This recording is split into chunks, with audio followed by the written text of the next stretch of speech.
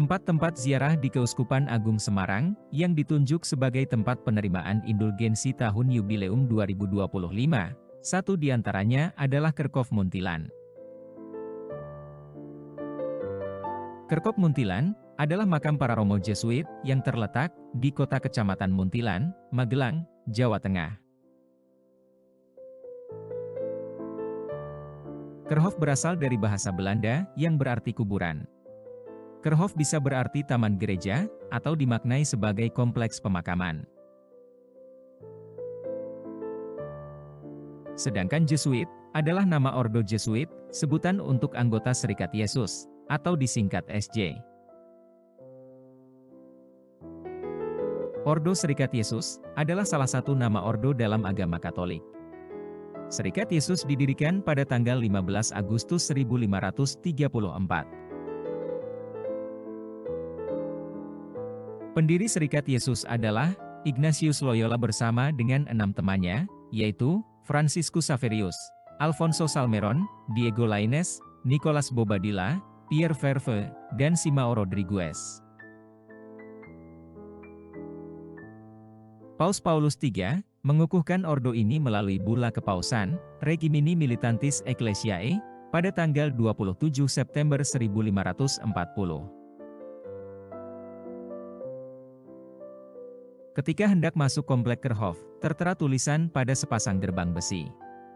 Pada gerbang sebelah kiri terdapat tulisan Memento, sedangkan yang kanan tertulis Mori. Jika kedua gerbang itu ditutup, maka akan terbaca tulisan dari bahasa Latin, Memento Mori, yang artinya ingatlah akan kematian. Ketika melewati pagar itu, kita bagaikan diberikan shock terapi. Kita diingatkan untuk sejenak masuk dalam keheningan, mendengarkan suara mereka yang telah mendahului kita. Satu yang istimewa dari Kerkhof Muntilan adalah tentang yang dimakamkan di tempat ini. Mereka adalah para misionaris Katolik di Muntilan. Mereka yang berjasa bagi kehidupan gereja di Muntilan, juga mereka yang menjadi martir pada saat pendudukan Jepang dan revolusi fisik. Mengapa Kerkhof Muntilan lebih terkenal jika dibandingkan Kerkhof Girisonta di Desa Karangjati, Ungaran, Jawa Tengah?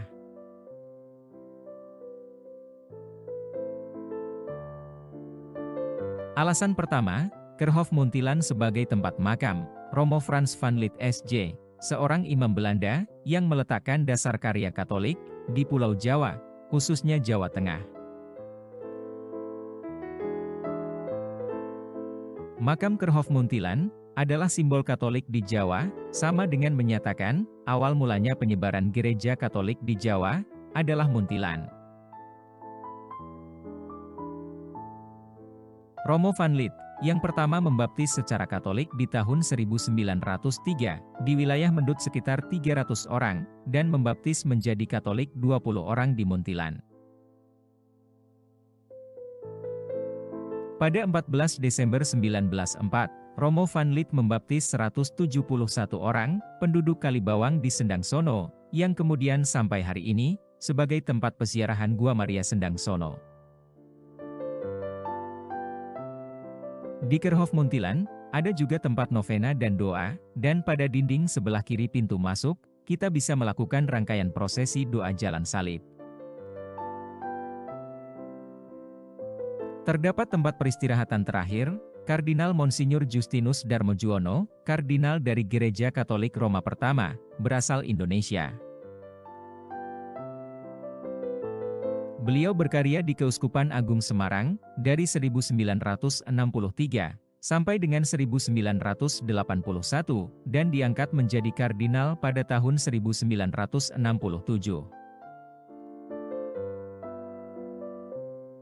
Posisi makamnya persis di pintu masuk, ukuran batu nisannya paling besar dengan bangunan utama gaya Jawa kuna. Ada juga makam Monsinyur Adrianus Jaja Sepoetra SJ. Beliau dipilih oleh Paus Pius XII menjadi Vikaris Apostolik Jakarta pada 18 Februari 1953. Sebelum terpilih menjadi vikaris apostolik, beliau pernah menjabat sebagai rektor di Kolese Santo Ignatius Jogja. Ada juga makam Romo Martens. Romo Martens sebelum pindah ke Muntilan, berkarya di Kepulauan Kei. Setelah misi Kepulauan Kei diserahkan kepada Prefektur Irian Barat, Romo Martens pindah ke Muntilan. Romo Martens pindah ke Muntilan pada tahun 1904. Sekitar tahun 1905, Romo Martens sudah menjabat sebagai misi overseer. Romo Hovenaars adalah misionaris dari Belanda yang bertugas di Mendut dan Cirebon. Ada sebuah pesan yang amat indah dari kisah hidup dan karya beliau yang dituliskan di nisannya. Yakni, bagaimana kita bisa melaksanakan tugas panggilan hidup kita, baik yang menyenangkan maupun mengecewakan, dengan rendah hati dan kebesaran jiwa, hingga tuntas. Ada makam Ricardus Kardis Sanjoyo, terbunuh pada saat tragedi Muntilan 20 Desember 1948, sebagai martir terbunuh pada masa perjuangan kemerdekaan Republik Indonesia.